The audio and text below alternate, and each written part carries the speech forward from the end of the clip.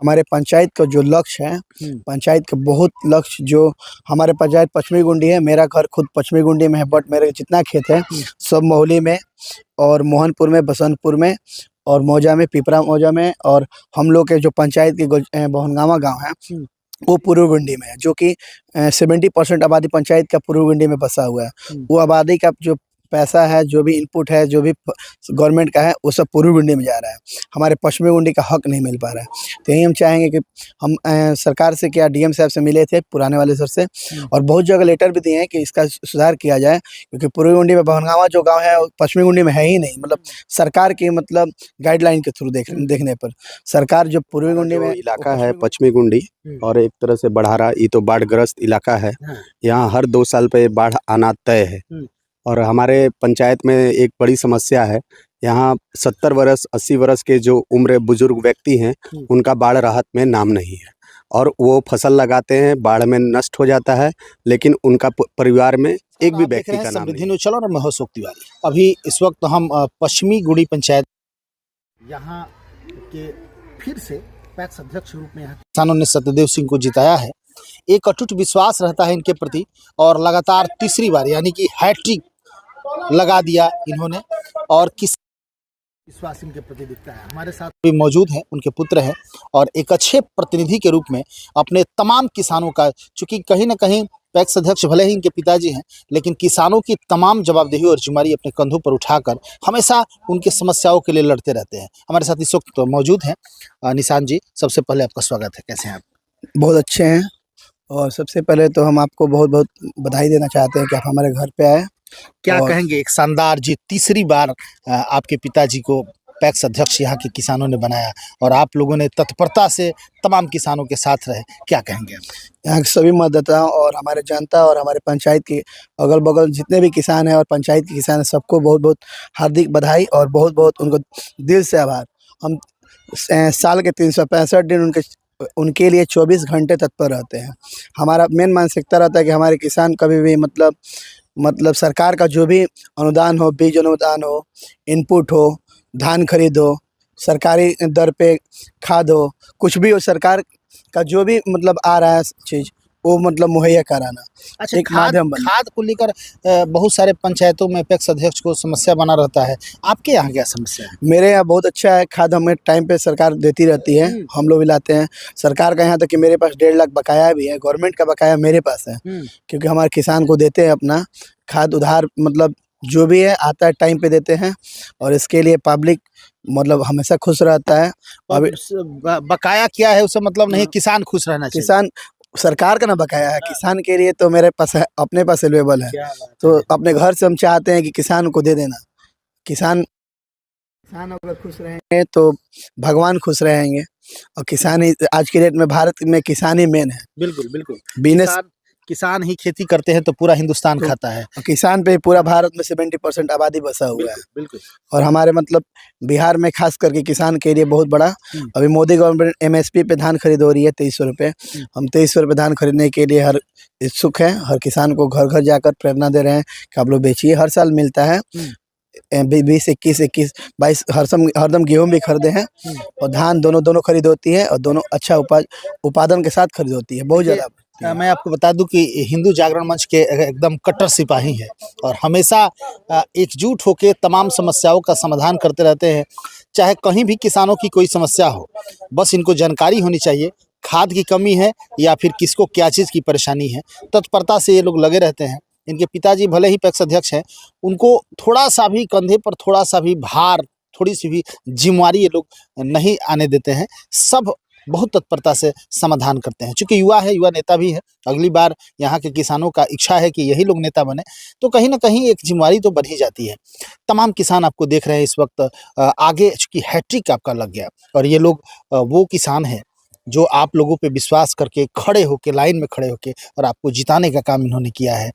जीत भी इतनी शानदार हुई जैसे कि निर्विरोध जीत होती हो। क्या कहेंगे इन लोगों से?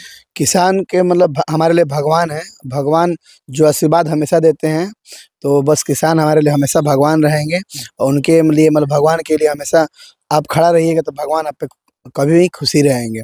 बस किसान का अपना जीवन जो है किसान के लिए और जनता के लिए हमेशा के लिए मतलब बात है और वचन है। और हम मेरा जीवन है तो 100% कमाना है, तो उसमें 30% 35% किसान के लिए योगदान ज़िंदगी भर आभार रहेगा। अच्छा, जन वितरण प्रणाली की दुकान भी है क्या आपकी? नहीं, हाँ, प्रणाली की दुकान है, टाइम पे राशन मिलता है और यहाँ के लोग हमेशा खुशी से एकदम मतलब हर महीना आकर राशन ले जाते हैं। अच्छा, अरवा उसीना वाला कुछ समस्या चलता था, हाँ, उसमें कहीं पैक्स दिक्कत नहीं में होती? अरवा और उसना में बहुत अंतर है। पहले हम लोग अरवा चावल गिराते थे धान खरीदने के बाद, अब उसना हम लोग गिरा रहे हैं। उसमें सरकार का मिल का बहुत प्रॉब्लम है।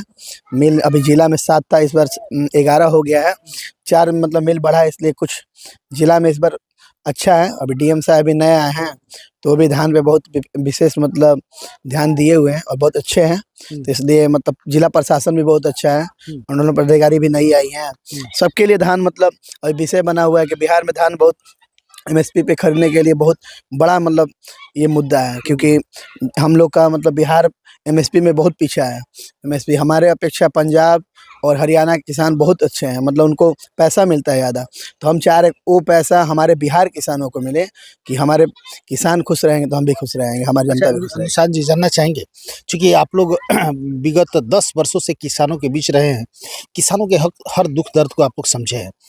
15वें वर्ष में आपकी एंट्री होगी, हैट्रिक आप लोग लगा लिए। हमें ये बताइए कि किसानों का कौन सी ऐसी समस्या जिसको आपको लगता है कि यदि सरकार इस पर ध्यान दे तो बहुत ही बेहतर भविष्य किसानों का हो सकता है? किसान का है, पहले हमारे पास जो मिट्टी है वो खराब हो चुकी है, क्योंकि जितना खाद यहाँ पे डला रहा है यूरिया, उससे किसानों का तो प्रॉफिट है, बट उनके परिवार जो खा रहे हैं, चाहे जो भी लोग खा रहे हैं, उनके लिए बहुत दिक्कत है। जैसे जैविक खेती हमारे पास बढ़ावा देना चाहिए किसानों को। गवर्नमेंट का ये जो जैविक है लगी है, लेकिन बिहार में सक्सेस मतलब 100% नहीं कर रही है। उस पे बिहार सरकार को काम करना चाहिए, जैविक हो। और किसानों को खेत का मिट्टी जांच करवाना चाहिए टाइम पर। हर चीज़ गवर्नमेंट को विशेष ध्यान देना चाहिए। चलिए, बहुत बहुत धन्यवाद। तो आप देख रहे थे, हालांकि नाम सुमीत है लेकिन निशांत के ही नाम से यहाँ पे लोग इनको जानता है। युवा नेता है और मैं बता दूं कि यहाँ के पैक्स अध्यक्ष सत्यदेव सिंह के ये दोनों पुत्र हैं और बड़े ही शालीनता से किसानों के साथ, आम जनता के साथ ये लोग पेश आते हैं। देखिए, यूं ही कोई हैट्रिक नहीं लगा देता है। कहीं ना कहीं आपके अंदर आपकी ईमानदारी, आपकी कर्मठता, आपके कुशल व्यवहार वैसा होना चाहिए। प्रति आपका कितना रहता है, आप कितने किसानों से प्रेम करते हैं, किसानों के हर समस्या को कितना समझते हैं, उनके दुख दर्द को, तब जाके ये हैट्रिक लगा है। ऐसे ही हैट्रिक नहीं लगा है। आप देखे होंगे बहुत सारे पंचायतों में, आप देखे होंगे बदलाव भी हुआ है, तो बदलाव भी हो रहा है। ऐसा नहीं है, कुछ लोगों के मन में एकदम बैठ गया है कि नहीं, जो पैक्स अध्यक्ष एक बार बन गया है वो हार नहीं सकता। हारा भी है लोग, बहुत जगह हारा है लोग, बहुत जगह परिवर्तन हुआ है, यहीं बड़हरा प्रखंड में ही परिवर्तन हुआ है। लेकिन जिन लोगों ने किसानों के साथ अपना गुड फेथ रखा है, जिन्होंने अपने व्यवहार को बढ़िया से रखा है, वो निश्चित तौर से तीसरी बार जीते हैं और लगातार जीते आएंगे। कोई चौथी बार जीता है, कोई 5वीं बार जीता है, 6-6 बार 7-7 बार लोग जीत रहे हैं। तो ये इनका विश्वास है, किसानों का विश्वास है, अटूट प्रेम है कि नहीं, पैक्स अध्यक्ष के रूप में इनसे बेहतर कोई हो ही नहीं सकता है। आइए 2 शब्द हम इनसे भी जानेंगे। आपका नाम क्या हुआ? जी, प्रशांत सिंह। प्रशांत जी, क्या कहेंगे, किस तरह की हलचल मची हुई है आपकी पंचायत में किसानों को लेकर? जी, पहले तो हमारा जो इलाका है पश्चिमी गुंडी और एक तरह से बढ़ारा, ये तो बाढ़ग्रस्त इलाका है। यहाँ हर 2 साल पे बाढ़ आना तय है। और हमारे पंचायत में एक बड़ी समस्या है, यहाँ 70 वर्ष 80 वर्ष के जो उम्र बुजुर्ग व्यक्ति हैं, उनका बाढ़ राहत में नाम नहीं है। और वो फसल लगाते हैं, बाढ़ में नष्ट हो जाता है, लेकिन उनका परिवार में एक भी व्यक्ति का नाम नहीं है। जबकि कहीं कहीं एक ही घर में 10-10 नाम है, 5-5 नाम है, 6-6 नाम है, जो उचित नहीं है। हम चाहते हैं कि कुछ बदलाव हो और हर घर में कम से कम जो भी उचित और जो भी योग्य व्यक्ति हैं उनका नाम जोड़ा जाए, और इसके लिए प्रयासरत हैं कि बाढ़ राहत में सुधार किया जाए। हमारे पश्चिमी गुड़ी पंचायत में जो मनमाना तरीके से किया गया है उसको सुधार किया जाए।